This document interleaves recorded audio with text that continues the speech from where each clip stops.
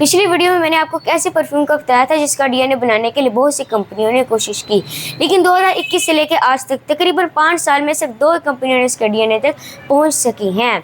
अगर आपने मेरी वो वीडियो अब तक नहीं देखी तो जल्दी से जाकर मेरे चैनल की लास्ट वीडियो ज़रूर देखें, क्योंकि उसमें मैंने एक ऐसी परफ्यूम की इंटरेस्टिंग इन्फॉर्मेशन दी है और वाकई इसका डीएनए बहुत ही रेयर है। लेकिन आज कहानी इससे बिल्कुल उल्ट है। आज जिस डीएनए की हम बात करेंगे, इस परफ्यूम की इंडस्ट्री में सबसे ज़्यादा कॉपी किए जाने वाला डीएनए है। और जब इस डीएनए को कॉपी किया है, हर एक कंपनी ने कॉपी किया है, शायद 3 से 4 ही कंपनी होंगी जिन्होंने इसको कॉपी नहीं किया, और हर किसी ने इसे कॉपी करने की कोशिश की है। किसी ने 20% तक कॉपी की है, किसी ने दरमियाना, किसी ने बहुत आला। और अरमाफ जैसे ब्रांड तो परफॉर्मेंस के मामले में इससे भी ओरिजिनल वाले से भी आगे निकल गए हैं। तो आज हम इसकी बात नहीं करेंगे। आज हम इसके डीएनए का आपको बता दूं, इसके डीएनए का नाम है क्रीड एवेंटिस। आज हम क्रीड एवेंटिस का मुकम्मल रिव्यू नहीं करेंगे, आज हम इसके डीएनए की बात करेंगे। आपको बता दें कि 2010 में क्रीड एवेंटिस लॉन्च हुआ था और इसे लॉन्च हुए तकरीबन 16 साल हो चुके हैं। और इसमें ऐसे क्या खास भाई, यही जानेंगे आज की इस वाली वीडियो में, तो वीडियो आखिर तक जरूर देखिए। सब दोस्तों को अस्सलाम वालेकुम, मैं हूं आपका शाह यासिन और आप देख रहे हैं कंबो लाइफस्टाइल। तो आज इस फ्रेगनेंस की हम बात करेंगे। इसके ब्रांड का नाम है सेंट एंड स्टोरीज और इस फ्रेगनेंस का नाम है कैश 22। जी हाँ, कैश 22 का नाम सुन के आप कंफ्यूज हो गए होंगे। मैं आपको बता दूं, इन्होंने सेंट एंड स्टोरीज वालों ने पहले अपना कैश 22, खाली वो सादा कैश 22 था, पहले वो लॉन्च किया था। तो उसमें इतने ना उससे नोट्स मिलते थे, क्रीड एवेंटिस ने उसके नोट्स मिलते थे, और उसकी सियाज वगैरह भी, परफॉर्मेंस भी अच्छी नहीं थी। तो इसलिए उन्होंने इसका बाहर से परफ्यूम के मतलब इंजीनियर्स वगैरह को बुला के इन्होंने दोबारा से अच्छी तरह से अपना कैश 22 दोबारा निकाला है गोल्ड एडिशन के नाम से। वो सादा कैश 22 था और ये गोल्ड एडिशन के नाम से उन्होंने नया वर्जन इसका लॉन्च किया है।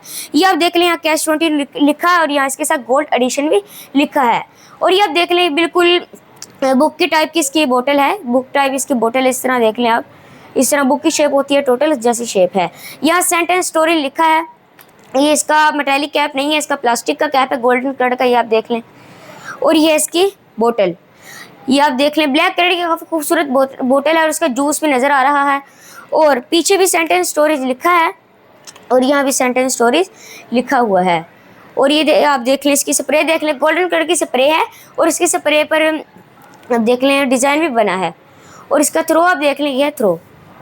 अच्छा, इसकी बोतल में कहीं लिखा नहीं कि कितनी ml की बोतल, लेकिन ये 50 ml की बोतल है। ये आपको मैंने इसकी पूरी प्रेजेंटेशन दे दी है।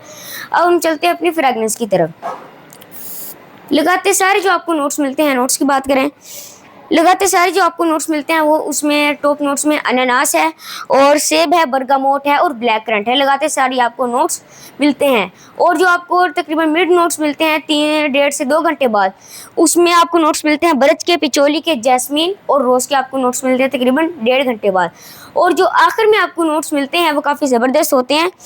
मस्क के ओकामोस जो है हल्की इसमें लकड़ी और इसमें स्मोकीनेस पैदा कर देता है, जिसमें ये काफ़ी नफीस खुशबू इसकी हो जाती है। तो ये हैं इसके नोट्स। अगर आपको मैं आसान अल्फाज में बताऊँ, जब आप इसे लगाते हैं, लगाते सारी आपको एकदम ताज़ा फलों वाली खट्टी मीठी सी खुशबू आती है और अनानास और दूसरे फलों का ताज़ा एहसास इसमें आपको मिलता है। और इसमें हल्की स्मोकी लकड़ी से खुशबू आपको मिलती है।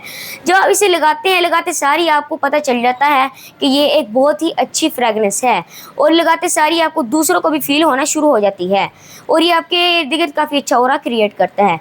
सेकेंड फेज़ के अंदर तकरीबन 1.5 से 2 घंटे बाद जो आपको खुशबू मिलती है, उसमें इसकी जो फलों की तेज़ी है वो कम हो जाती है और इसकी खुशबू मुतवाज़न, नफीस और नरम हो जाती है सेकेंड फेज़ के अंदर तकरीबन 1.5 से 2 घंटे बाद। और थर्ड फेज़ के अंदर तकरीबन 4 से 5 घंटे बाद आखिर में जो इसकी खुशबू रह जाती है, उसमें फलों की हल्की सी मिठास के साथ लकड़ी, मस्क और अंबर जैसा गर्म एहसास रह जाता है। ये है इसका थर्ड फेज़। ये बात हो गई इसकी फ्रेगनेंस की। अगर हम बात करें age, gender, longevity, weather, occasion, projection, अंसियाज की एज की बात करें, हर एज को बंदा इसे लगा सकता है। और अगर आपको एक बात भी बताऊँ मैं कि ये ज़्यादातर बहुत लोगों को पसंद आता है। मतलब ये बहुत ही कम लोग होंगे जिसे नहीं पसंद आया, मुझे बहुत ज़्यादा पसंद आया है। इसकी फ्रेगनेंस बहुत ही कमाल की है। हर एज का बंदा इसे लगा सकता है। जेंडर की बात करें, मेल फीमेल दोनों लगा सकते हैं। ये मेल फीमेल दोनों को पसंद आ सकता है। और अगर हम बात करें कि किस मौसम में आप इसे लगा सकते हैं, वेदर की, तो ये गर्मी ना ज़्यादा सर्दी लगा सकते हैं। ज़्यादा मज़ा आपको इसमें गर्मी में ही आएगा। आप इसे गर्मी में लगा सकते हैं,